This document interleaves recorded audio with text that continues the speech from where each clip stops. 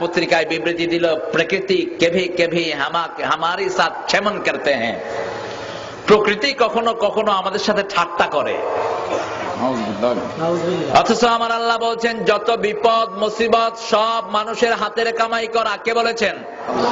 যাহারাল ফাসাদু feel বাররি ওয়াল বাহর বিমা কাসাবাত আইদিন নাস।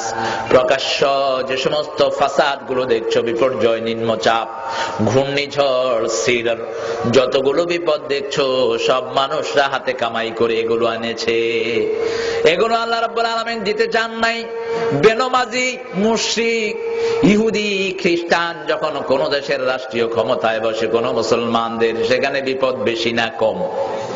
জোরে বলে বেশি। কারণ মুমিনদের মাথায় কখনো অমুসলিমরা থাকবে এটা বরদাস্ত করতে পারেন নাকি? চিৎকার করে বলেন। আল্লাহ বলেছেন লিতাকুনা কালিমাতুল্লাহি হিয়াল উলিয়া। সবার উপরে থাকবে কার কালেমা? আল্লাহর কালেমায় থাকবে। এখন আল্লাহর কালেমা বাংলাদেশে সবার উপরে নাই, এই জন্য বিপদ এখন বেশি না কম? চিৎকার করেন বেশি। যদি ঘোষণা হতো রেডিও টেলিভিশন থেকে সবাই মসজিদে মসজিদে চলে যান আর খতমে ইউনূস পড়েন, আল্লাহর কাছে মাপ চাইতে থাকেন। আল্লাহ ওয়াদা করেছেন ওমা কুন্না মুআযযিবিহিম ওয়া হুম ইস্তাগফিরুন। আমার কোন গোলাম যদি আমার কাছে ইস্তেগফার করে আমি তার উপর কখনোই আযাব দেই না। সুবহানাল্লাহ বলেন। এই ঘূর্ণিঝড়ের বিভীষিকা থেকে আমাদেরকে হেফাজত করে দিতেন কে? কিন্তু সেটা বলা হয়নি। বলা হয়েছে আমরা মোকাবেলার জন্য তৈরি আছি। যেগুলো মোকাবেলা করবে একটার মুখেও দাড়ি নাই, নামাজ নাই, রোজা নাই। ঠিক না বেঠিক? কি দিয়া তুই মোকাবেলা করবি? আল্লাহর সামান্য পিঁপড়ার সাথে মোকাবেলা করার ক্ষমতা কি মানুষের আছে? একটা লোকের 10,000 পিঁপড়ার ভিতরে শোয়া দেন তো মোকাবেলা করুক। পিঁপড়া কামড়ায়া তার মোকাবেলা বের করে ফেলবে। 5টা মশার সাথে মোকাবেলা করতে পারলো না নমরুদের মতো বেয়াদব, থাপড়ায়া দুনিয়া থেকে আল্লাহ বিদায় করে দিয়েছেন। সুবহানাল্লাহ বলেন। এক ঢেউয়ের থাপ্পড় মেরে ফেরাউনের গোষ্ঠীকে তলিয়ে দিয়েছেন কে? সে আল্লাহ এখনো আছেন না নাই? আপনি সে আল্লাহর দানা পানি খাবেন, আল্লাহর আকাশের নিচে ঘুরবেন, জমিনের উপরে হাঁটবেন আর আল্লাহর সাথে নাফরমানি করবেন। এরকম কোনো কিছু আল্লাহ বরদাস্ত করতে পারেন না। তবে দোয়া করছি আল্লাহ ক্ষমতাসীনদের অপরাধের কারণে যেই নিরীহ মানুষগুলো দুনিয়া থেকে বিদায় হয়েছে, আল্লাহ তাদের সবাইকে আপনি জান্নাত দান করে দিয়ে। আরো আসতে বলেন আমিন। আরে আসতে বলেন আমিন।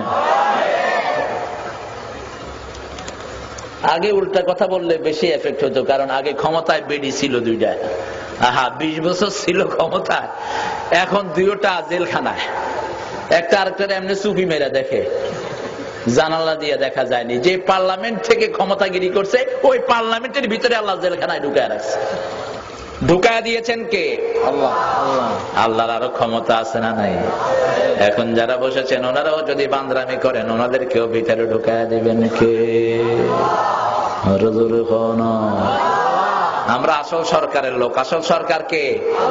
চিৎকার করে বলেন আল্লাহ। আমরা আসল সরকারের লোক। ওই সরকারের কোনো পরিবর্তন নাই। সেই সরকারের গুণগান গাই, পৃথিবীর সব নেতাদেরকে পায়ের তলায় রাখি।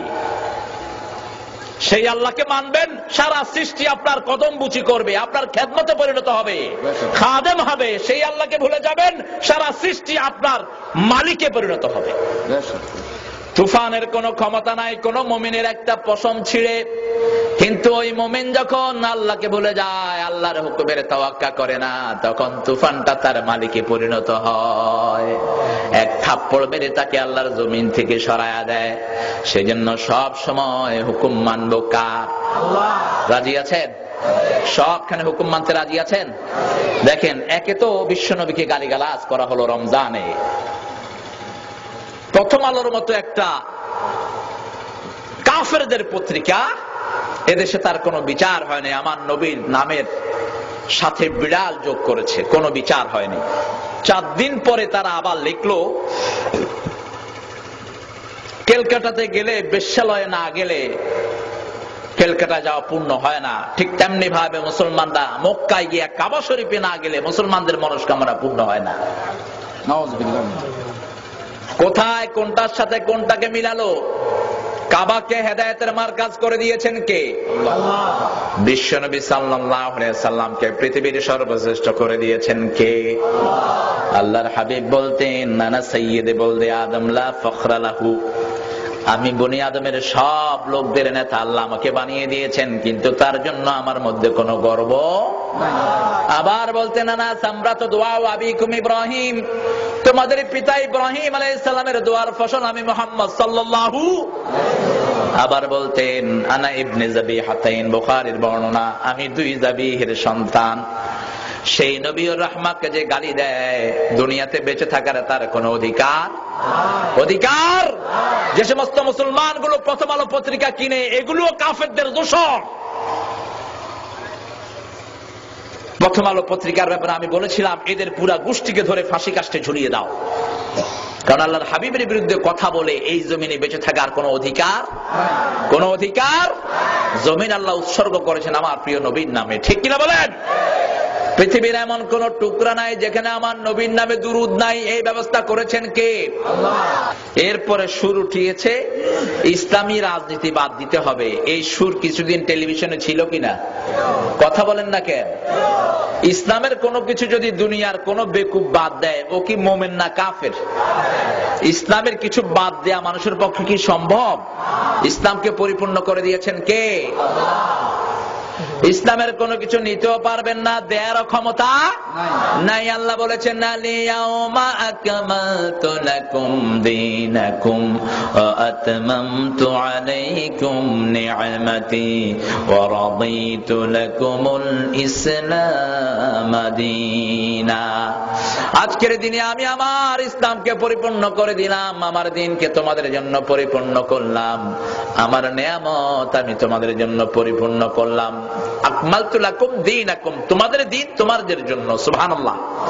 দ্বীনের দরকার আমাদের, আল্লাহর দ্বীনের কোনো দরকার নাই। আমরা দ্বীন অনুযায়ী পায়খানায় যাই, দ্বীন অনুযায়ী ব্যবসা করি, দ্বীন অনুযায়ী সম্পর্ক রাখি, দ্বীন অনুযায়ী কথা বলি, ঠিক না ঠিক? আমার দ্বীন বলেছে সবার আগে সালাম দিতে হবে, আমরা সবার আগে কি দেই? সালাম দেই। আমার দ্বীন বলেছে হালাল ব্যবসা করতে হবে, আমরা হালাল ব্যবসা করি। আমার দ্বীন বলেছে মুসলমান সন্তানদের হওয়ার পরে খতনা দিতে হবে, খতনা আছে না নাই? জোরে বলো না। আমার দ্বীন বলেছে মানুষকে বেশি করে খাওয়াতে হবে, খাওয়ানি আছে না নাই? আমার দ্বীন বলেছে নামাজ পড়ার সময় টুপি মাথায় দিতে হবে, আছে না নাই? আমার দ্বীন বলেছে বিবিরে ভালো করে পিটাইতে হবে, আছে না নাই? খুব সতর্ক, ঠিক আছে। 5 বছর তো সতর্ক হয়ে গেছে, আপনারা খুব ভালো।